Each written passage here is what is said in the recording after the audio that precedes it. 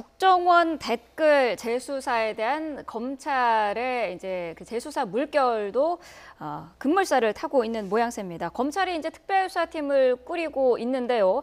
자, 지금 이 특별수사팀 어떻게 구성이 될까요? 네, 윤석열 서울중앙지검장이 그 2013년 특별수사팀장이었습니다. 네. 그걸 하다가 자천을 받았죠. 그렇죠. 정직을 먹고. 예. 근데 좀 화려하게 부활했다고 표현이 맞는지 모르겠지만 다시 서울중앙지검장으로 왔습니다. 예. 네. 최근에 지금 서울중앙지검을 비롯해서 검찰 인사가 있었는데 제가 유심히 보니까 대부분 예상하지 못한 사람들이 부장으로 지금 많이 온 것 같아요. 그러니까 예상이란 뭐냐면 이 자리에 있으면 다음 자리에 갈 사람들이 이렇게 뭐 서열이라든지 전공 이런 게 정해져 있는데 네. 아주 그걸 다 파괴하고 예전에 그 윤석열 지검장하고 같이 수사했던 사람들이 전격적으로 발탁되는 모습을 보이거든요. 네. 아마 팀을 꾸린다면 지금 특수부라든지 거기에 배치된 부장들을 중심으로 해서 중간 간부를 중심으로 해서 아마 꾸리지 않을까. 아마 제 생각인데 윤석열 지검장이 가장 아끼고 가장 날카로운 창들을 배치할 거라고 생각이 듭니다. 예.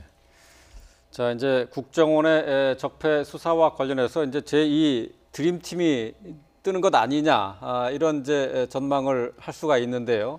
자, 국정원의 댓글 수사 지금 앞으로 이제 어떻게 진행이 될 것으로 예상을 할 수 있을까요? 가장 그 핵심적인 것은 이제 30일 날 그 네. 최종 선거 공판이 이제 예정되어 있습니다. 네. 그런데 어쨌든 그 중간 그 시기에 국정원의 그 TF에서 여러 가지 새로운 사실들에 관련된 문건들이 발견이 되었고 이것이 검찰의 그 인계가 되었습니다. 결국 핵심 그 요체는 이 상태에서 추가 혐의를 만들어서 예. 공소장을 변경한 상태에서 최종 선고를 할 것이냐. 예. 만약 그렇게 된다면 사실상 상당히 그 원세영 국정원장에게는 불리한 형국으로 되겠죠. 예. 그런데 만약에 그 법원이 이것을 받아들이게 주게 되면은 사실상 불리한 형국으로 되는데 받아들여지지 않았을 때는 과연 이제 그 검찰의 입장에서는 새로운 혐의로 다시 수사를 이제 새로운 혐의로 시작이 될 텐데 예. 지금 알려진 바에 의하면 어쨌든 간에 그 약 3,500명의 그 민간인이 그 참여를 해서 사이버 공간에서 정치 여론 조성을 했다. 예. 이 사실이 사실은 어쨌든 그 확실한 사실인 것 같습니다. 그렇다고 본다면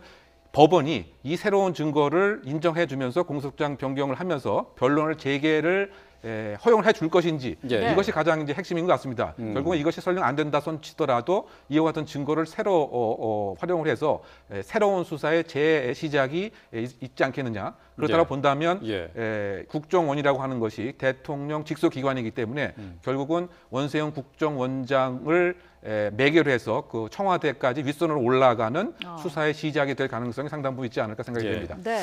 말씀하신 그 원세훈 전 국정원장의 그 파기환송심은 30일로 예정이 네. 되어 있습니다. 자, 공소장 변경을 통해서 더 재판이 지연될 가능성을 말씀하셨는데 네.